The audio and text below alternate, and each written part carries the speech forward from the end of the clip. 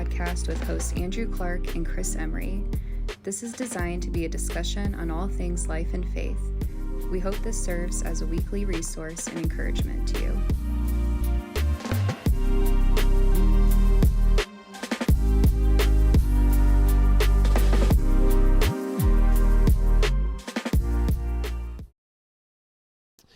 What's going on, everybody? It's one of your hosts, Andrew Clark, back again with an episode here of the Bayview Podcast. I'm joined, as always, by fill in the blank, Chris Emery. Now that is way too much opportunity, because I don't know how people choose to fill in that blank, but Hey, no, good to be here. Welcome to the Bayview Podcast. We look forward to this time each and every week. We've enjoyed actually speaking with some of you. It's cool when we have a chance to kind of have a conversation with the listeners, and I had one just this past week, and she was saying, word for word, she was saying, wow, it's such an encouraging resource in the middle of my week. That's cool. And I'm like, hey, that's exactly what we want it to be, you know? Yeah. So it was just really encouraging. So we hope you're enjoying it. We enjoy it. We look forward to this time as well.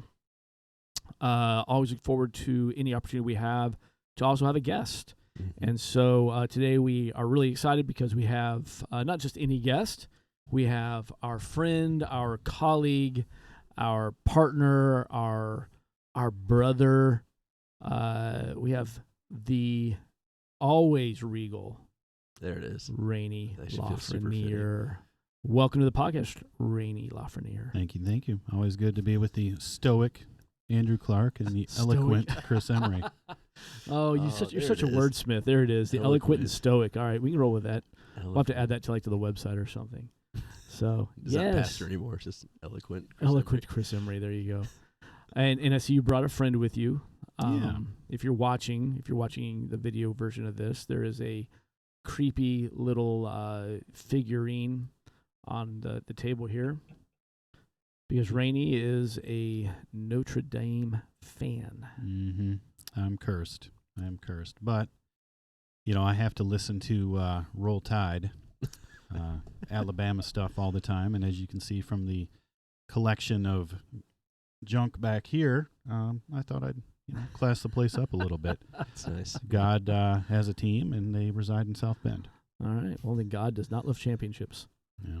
So not everybody has Jesus prominently displayed on their library, so we'll just go with that. This is true. And you've heard me say it before. I mean, there is something about sin leaving a crimson stain. So, oh my word! All right. So anyway, before we just completely bunny trail down, come out swinging. We've actually been talking to Rene for a while about getting him scheduled to be on the podcast. Rene, if you do not know him, he is on staff here at Bayview Church. He is our executive director of all things, basically, director of operations and over a lot of the stuff. But one of the big things that he does more in the hands-on realm of your job description is you lead the charge into our missions area, which is a wide gamut of things that are both local to international and everything in between. And that's just a huge part, not just as a job, but it's a big deal because that's a big part of who we are as a church.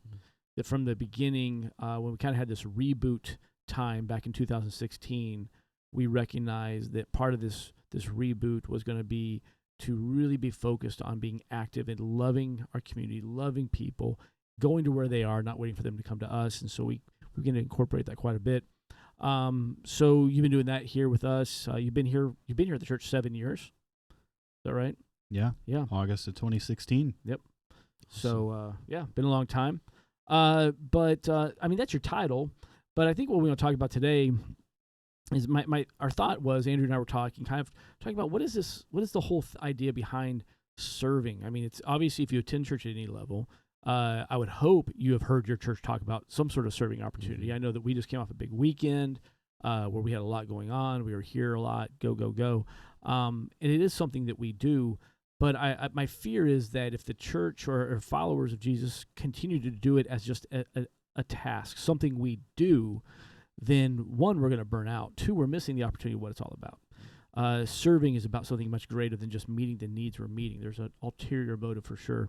So I kind of want to dive into that as we go along. But before that, let's kind of rewind a little bit.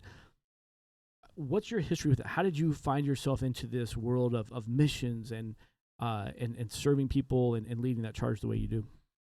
I think so much of what we do, you look back and you don't even realize it's happening until you're, waist deep or full on in the deep end going for it. I've worked with young people and kids for, I can say, decades now. I started in '99 as a full-time athletic director at a high school. So working with youth and being involved in that capacity. And then years later, when my wife and I, we moved to Buckley, and we got involved with the Tab Church there, which we're all familiar with, and we have a lot of good friends and even family there. And she worked in the children's ministry, and I would help out and kind of dabble a little bit and do sound, and she'd have me come in and draw pictures on a whiteboard. The kids seemed to get a charge out of that. But I think what really launched it was in 2010 when the earthquake hit in Haiti. And John, being somebody who grew up there and, very emotional and rightfully so from stage, said, you see what's happening. We see what's going on. If you want to help, don't send money. If you really want to help, get a passport. And it was kind of that mic drop moment. And, it was unscripted. It was emotional. It was in the moment. And I remember we went home, and my wife and we kind of at the same time were like, what do you think about that? Like, I think we need to give this a shot.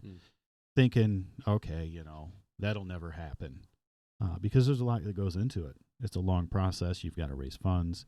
But we went. It was life-changing.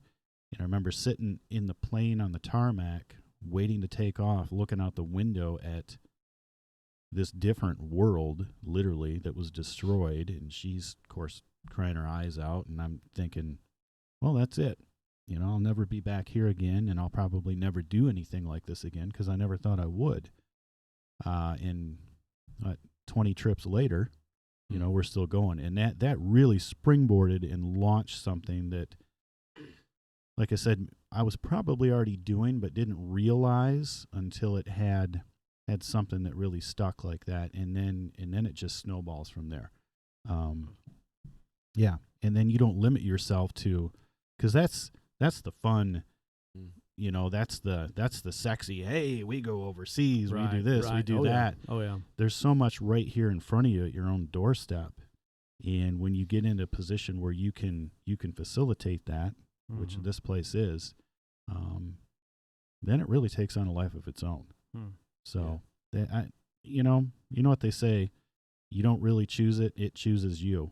Right. God puts a calling on all of us. We just got to be willing to listen and then follow it. So this, like it or not, this has been my calling to serve. So here we go. Wow. Well, we have been going. Yeah. No, and I appreciate, honestly, like that's epic that you did listen, like you felt that tug and you and your wife both went. But I even liked what you said about, so often it is only viewed as serving or missions, if we want to put a label on it, is done when you get on a plane and go somewhere. And it's like, man, like sometimes the place that needs it the most is your own backyard. And I think just that mindset of serving isn't done through raising funds and going on a plane. That's part of it. Like it can be done just by helping the local church or volunteering somewhere, or just some ways just being a good person, like some of that kind of stuff. So for you, how have you seen serving happen here? Like, so in your everyday context and even hasn't involved going overseas? Serving here has really, really grown over the last 7 years in that, we had specific things that we were doing. Community meals, for example, on Wednesday, we open our facility up and it literally is a community event. Come on in. That's very pointed. That's very specific. You have a task. You know what you're doing. I've realized, and now I understand that every interaction is an opportunity to serve. Okay, especially being on staff. You guys know there's a little bit of weight and there's a responsibility that you carry. So that conversation that you have with somebody in the lobby or in the parking lot on a Sunday or on a Wednesday evening, that's not just a passing conversation. everything we say, we do, and how we act it's impactful. That scale slides depending on, who it is you're talking to. So I'm not saying that to say that you got to be careful with what you're doing. You need to understand and respect what it is we're doing. So serving, right at our doorstep. God, it's said, go into all the world. Okay, what does that mean? What is the world? I can pull out a globe. I can pull out a map, and I can show you every state. I can show you the countries in North America and Africa and all that. Those are all man-made. Every line, every border is a man-made thing. The world is everywhere. So I can't walk from here to southern Michigan and go, oh, there it is. Look, there's the line. Indiana. We better go into that world and talk to these people. It's so removing those boundaries, those man-made boundaries, and understanding that the world is not overseas. It is, but it's not just overseas. It's right here in our own world. We need to drive our impact and our roots the right way as deeply as we can here in order to have the most effective impact in God's way. Yeah. So good. I know, and I know that we live in church world, meaning that we're on staff. We do this vocationally. We have a responsibility to provide opportunities for people to serve. So we have programs, we have events, initiatives, things. We partner with some incredible ministries locally, internationally, and we've had several of those people as guests here to hear what God is doing through their ministries. And so we have this huge call to support them. But I think we're all familiar with the reality that it'd be very easy for someone to come in and dive into some of these areas, pick and choose what works best for their life, their rhythm, their schedule, and to just do serving things, to go into do serving opportunities. So someone could come and serve meals on a Wednesday night once a month. They could sign up to go work with Safe Harbor or to go on a trip. They could do these things, but does that mean that they are fulfilling that call to be a servant? Maybe to begin with. Okay. Everybody has their own journey and their own growth and their spiritual journey, if you will. But here's the thing. Everybody's got to have a 99-cent menu. Okay? You got to have something that's easy that people go, okay, yeah, I'll do that. Yeah. I'll once a month I'll come in and I'll serve. Yeah. Corn on the line, and yay me, I just checked the box. Okay, yeah, there is a personal satisfaction that comes with that.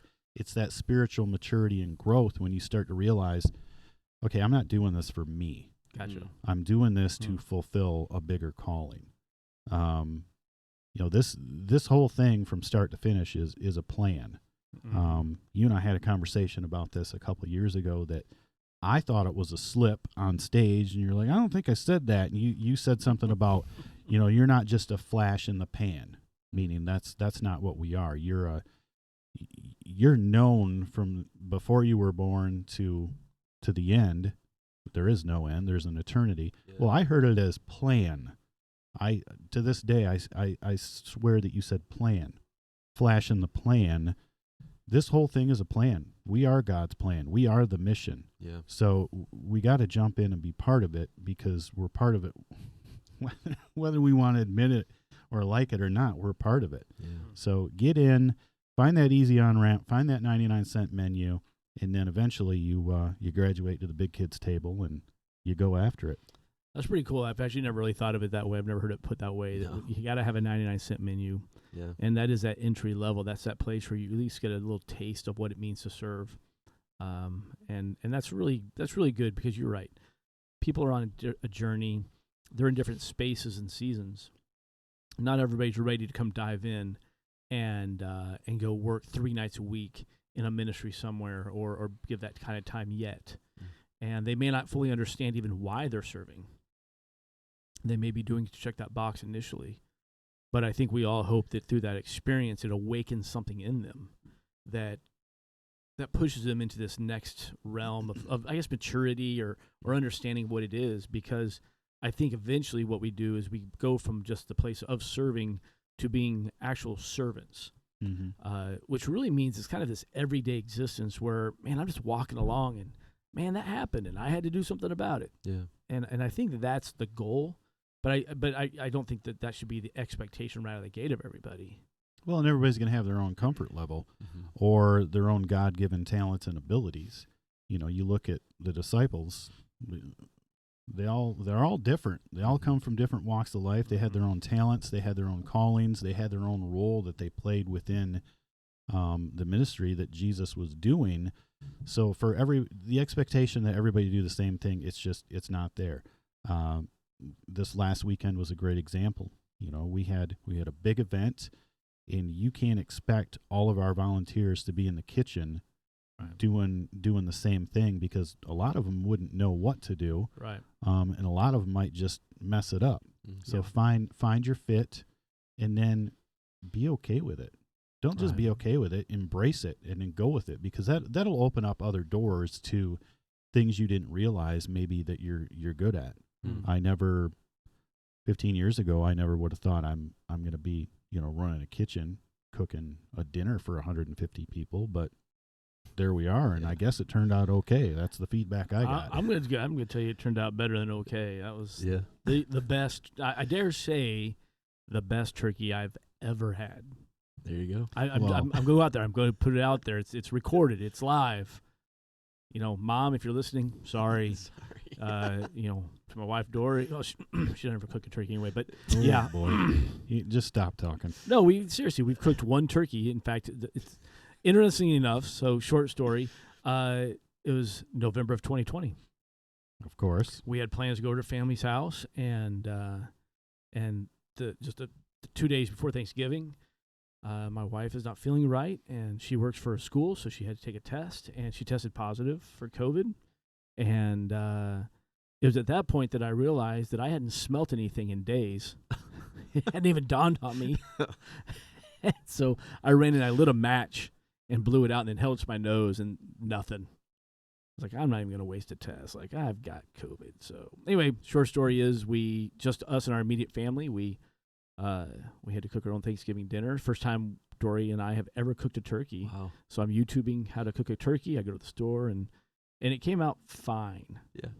Fine. Edible. It was just fine. Did you get that baby to 165 and call it quits? When the microwave dinged. No, I'm kidding. Banquet pot pies are ready. So anyway, sidebar, but yeah. No, this last week, and I think that's what kind of sent us down this path for this episode today, is that we just came off a really long weekend. We most of our staff, many of our staff, we were here Saturday from 8 a.m. to 8 p.m., back-to-back events, several hundred people through our doors in those 12 hours. And then we got home in time to go to bed.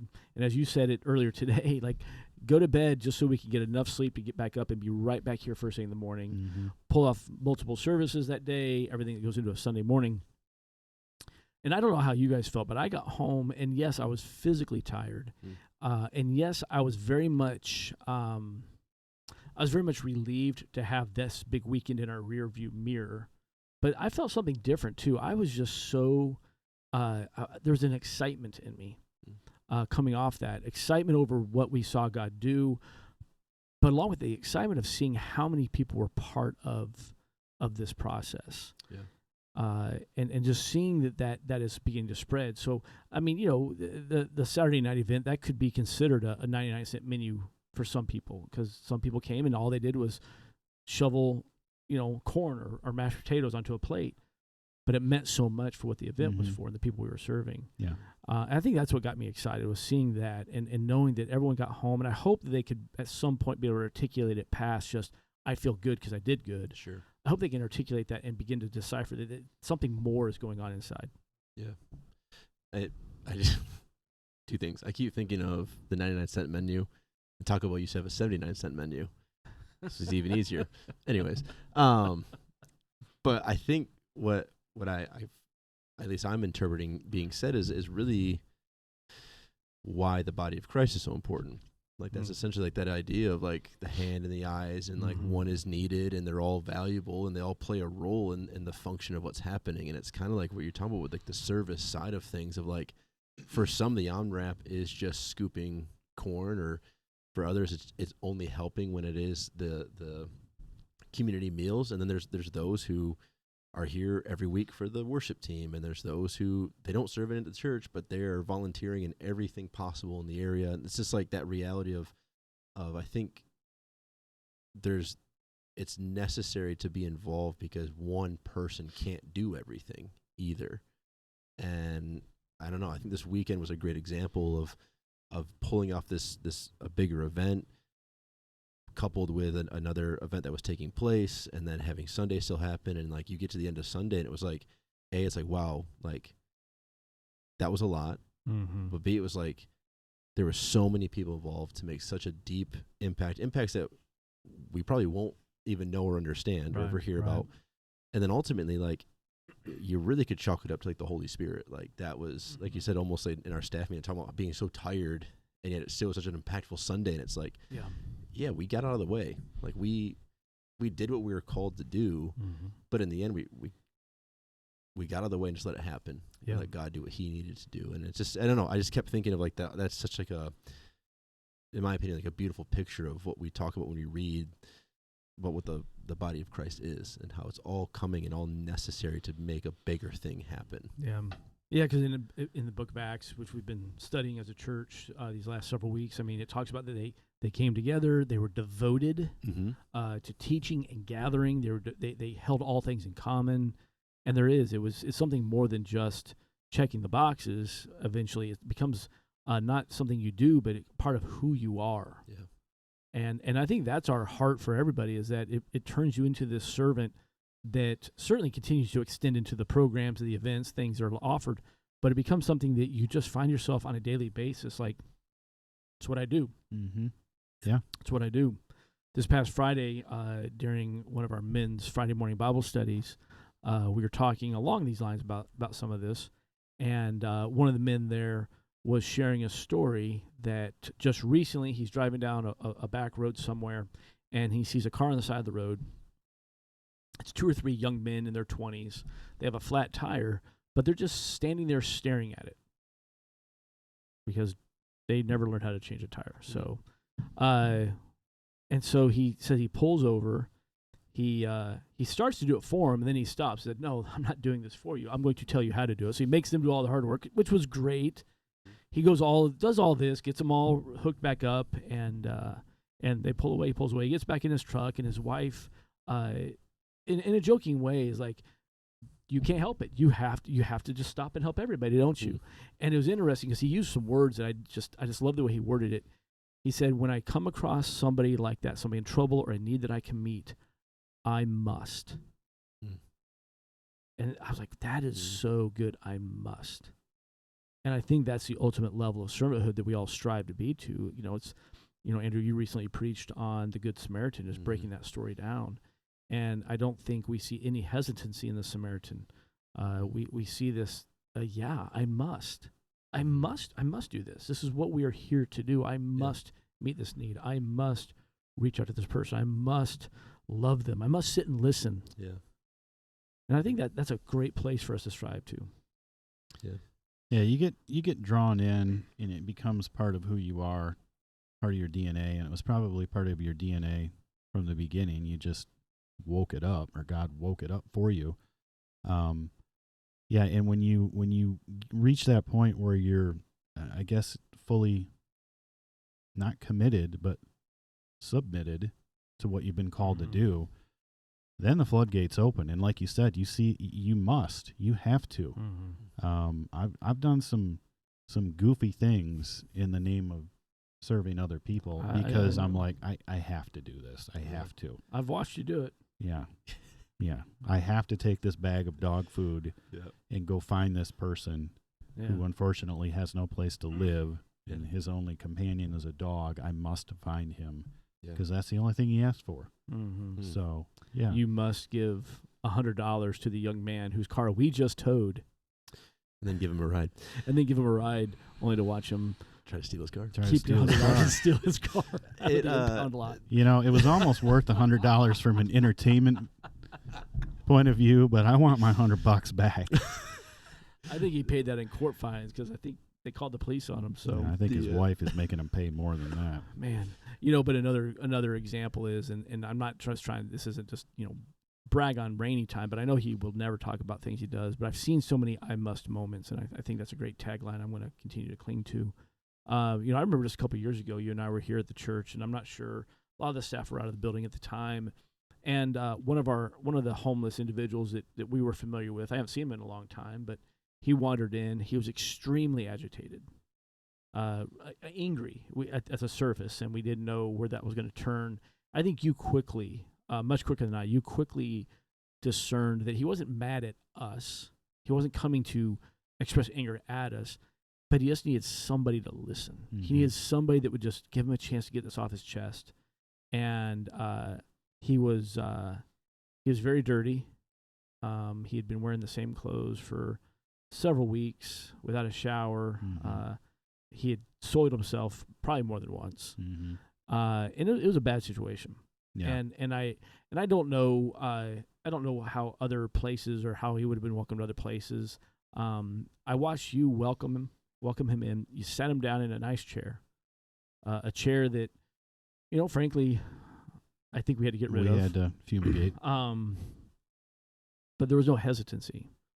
Mm. And I watched, I kind of followed your lead on it. I watched as you didn't try and fix him. You didn't try and tell him to calm down. You didn't protect anything we had. You just listened to him. And I watched this man go from angry and agitated to sad and desperate. And can I just talk to you? Can I just tell you what's going on? And you listened and you listened. And eventually, as he calmed down, you asked if he was hungry. And he said he was. And so you were going to go whip something up in the kitchen for him. I walked him around to the patio here on our campus that overlooks the bay. So he and I sat there and had a nice conversation. And you were gone an extraordinarily long time. Like, I really thought you had gone to kill the fatted calf. I thought you were butchering something or plucking at you. You were gone a long time. I'm like, and it was fine. I was having a good conversation, but I just thought to myself, like, my goodness, Rainey, peanut butter and jelly does not take this long. He thought I bailed on him. Yeah. Here, Chris, you I didn't take think care you of him. bailed on me, but I'll be honest with you. I was like, if you're in there on your computer doing emails right now or something, come on, man. But of course that was not the situation, because while I'm out there spending time with this individual, Rainey had gone in, got some food started for him, and recognized that the man was going to need a change of clothes. And during that time, you jumped in your car, you had rushed home and grabbed some of your own jeans, some of your own shirts, your own jacket. You just went home and grabbed what you could and came back. And it wasn't that you just fed him. It wasn't that you just gave him a chance to come inside the building and get a shower and get cleaned up. It wasn't just you gave him fresh new clothes. When he walked out of this building, you gave him value. He was a person again. He wasn't somebody's discarded individual. He wasn't a nuisance. He wasn't just a homeless guy that needs to get out of the way. You saw him. Mm. And if we look through the Bible, that's so much of what Jesus did. Is he saw the people that nobody else wanted to see. Yeah. He saw the leper. He saw the crippled at the gate. He saw the people that were sick and hopeless and he saw them. Nobody else would. And I know for myself, I get very busy, I get very driven, I get very time-oriented, which really means I don't see well. Mm. And I think a servant starts at the very beginning. I think a servant sees. Yeah. And I don't know. Yeah. I the thing that's come to mind is I feel like that servant mentality is like you slow down enough to see it, which I think is what you're essentially saying about the busyness. But I also, when you mentioned like the Good Samaritan, and that's even when I'm hearing with the story of Rainey, like he wasn't concerned with the detour that he was about to take. Mm-hmm. We don't know where he was going or what he was doing, but we know based on his choice to like not stay with the guy that he had a place he was still going to. Right. Yet he stopped He fixed the man, helped the man, got him the help he needed, took care of him with it, and then he went on his way and completed his journey. And it's like, that's why in that story, that's why Christ is the Good Samaritan, and we just happen to be the individual beat up on the side of the road.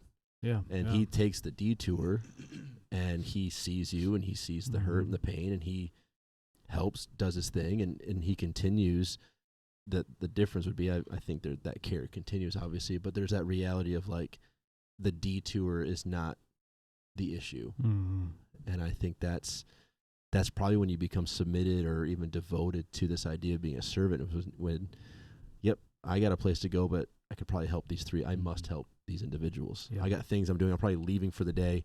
I must help this individual. Like it almost becomes that reality of like, I'm not concerned that this is about to be a detour to my agenda and my time. Well, and you said specifically, it's been modeled for us in person with the story of Jesus and the story he told about the Good Samaritan and in all the other examples we see. It's been modeled in person historically, but God models that every day. For us, we really are no different. We're dirty people walking into a church. Some people every week on a Sunday, some of us 6-7 days out of the week, as people who claim to be servants, and that's why we're here. We're just as dirty walking in. And God has the same patience. God sees us for who we are, and God uses other people to help us down that path. So, I mean, at the very least, that's what we at least need to strive to be or try to do. We're never going to do it perfectly, and I'm certainly not comparing myself to God or Jesus with this story, but the example that's what we're going for. Yeah. So, I think we all can reflect on a time or multiple times where we've been that guy on the side of the road and someone saw us. We've been in need, we've been hurting, we've been in just maybe some incredibly dark places in our lives, and through all of that, God laid it on someone's heart to see us, and they did.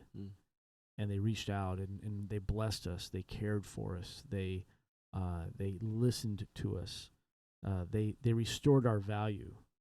They gave us that dignity that we are somebody. We are all children of God. There's great dignity in that. Yeah. The world is great at stealing dignity. It doesn't matter where you live. It doesn't matter your income. It doesn't matter your status or your stage of life. You're a child of God. You're a son. You're his daughter. That identity trumps anything this world can offer. And when someone comes and restores that or affirms that, man, that's powerful in our lives. Yeah. And it's messy.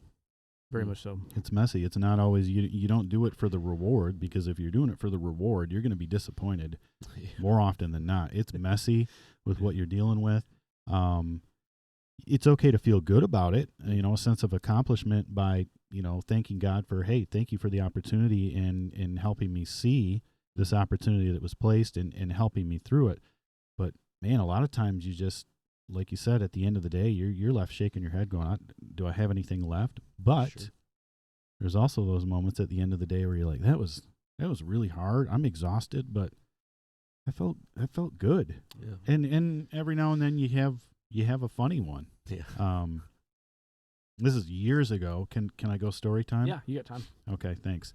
So I'm working at a school, and their nickname's the Rangers.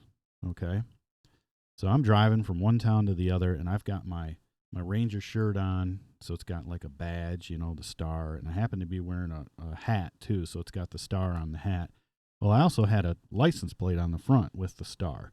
So I'm driving along, and this car in front of me, a big like conversion van, they have a blowout, and they're fishtailing all over and into the ditch, and I thought they were going to roll. It was going to be bad, but they got it under control. Elderly couple.